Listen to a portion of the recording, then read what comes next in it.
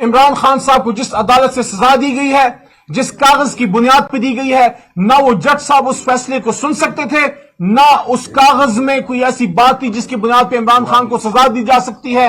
ظلم ہوا ہے، سرعام ہوا ہے، کھلے دن میں کھلی روشنی میں ہوا ہے، اور یہ ظلم ہم نہ قبول کرتے ہیں۔ اسی عدالت میں ماضی میں سابق وزیر اعظم جناب ذوالفقار علی بھٹو کو پھانسی چڑھایا گیا۔ آج اس سپریم کورٹ نے وہ داغ دھویا۔ آپ کیا کرنا چاہتے ہیں؟ ہر 40-50 سال بعد ایک ایسا کام ہم کریں گے جس پہ 50 سال بعد ہمیں انصاف ملے گا؟ عمران خان نے پوری قوم کو آگاہ کیا، یہ ان کی ذمہ داری تھی۔ آج شہباز شریف صاحب میں اگر ہمت ہے تو وہ سیل ڈاکیومنٹ اس ایوان میں لائیں اور کھول کے بتائیں کہ اس کے اندر کیا لکھا ہے۔ میں چیلنج کرتا ہوں میاں شہباز شریف کو کہ جس سیل ڈاکیومنٹ کی بنیاد پہ ملک کے سابق وزیر اعظم کو ایک غیر قانونی، غیر اخلاقی، غیر آئینی سزا دی گئی ہے، اگر ہمت ہے جس طرح عمران خان صاحب نے پوری دنیا کے سامنے اس سازش کو بے نقاب کیا جب امریکہ نے کھلی مداخلت کر کے یہاں آج کی اس خود ساختہ فارم 47 کی حکومت اور ان کے ہینڈلرز کے تعاون سے امت مسلمہ کے لیڈر کی حکومت کو الٹایا۔ عمران خان نے پوری قوم کو آگاہ کیا، یہ ان کی ذمہ داری تھی۔ آج شہباز شریف صاحب میں اگر ہمت ہے تو وہ سیل ڈاکیومنٹ اس ایوان میں لائیں اور کھول کے بتائیں کہ اس کے اندر کیا لکھا ہے۔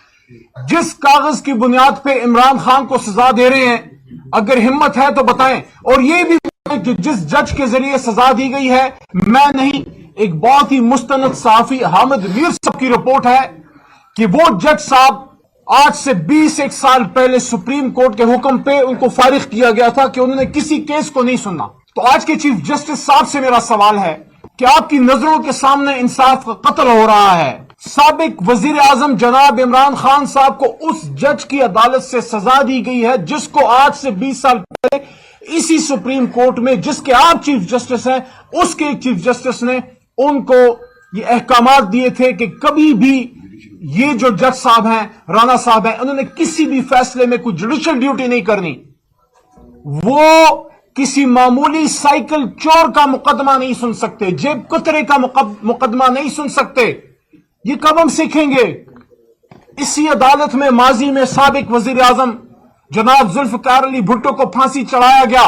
آج اس سپریم کورٹ نے وہ داغ دھویا۔ آپ کیا کرنا چاہتے ہیں؟ ہر 40-50 سال بعد ایک ایسا کام ہم کریں گے جس پہ 50 سال بعد ہمیں انصاف ملے گا؟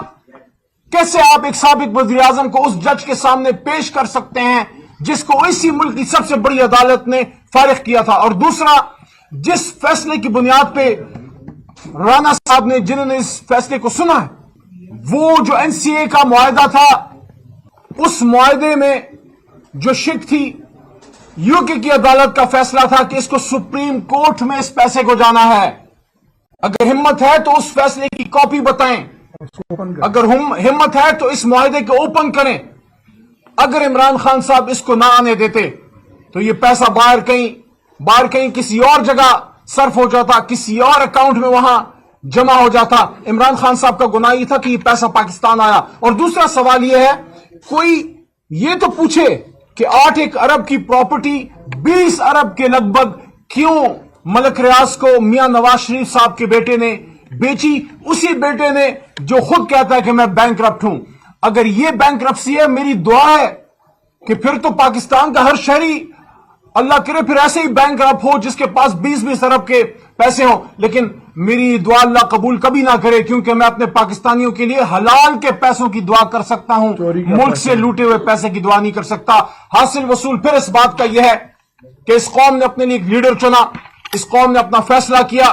سب سے بڑی آئین سے غداری یہ ہے کہ 8 فروری کے دن جب آپ نے عوام کا مینڈیٹ چرایا، ان سب سے کہہ رہا ہوں آج نہیں تو کل آپ کو جواب دینا پڑے گا۔ بہرحال عمران خان صاحب کو جس عدالت سے سزا دی گئی ہے، جس کاغذ کی بنیاد پہ دی گئی ہے، نہ وہ جج صاحب اس فیصلے کو سن سکتے تھے، نہ اس کاغذ میں کوئی ایسی بات تھی جس کی بنیاد پہ عمران خان کو سزا دی جا سکتی ہے۔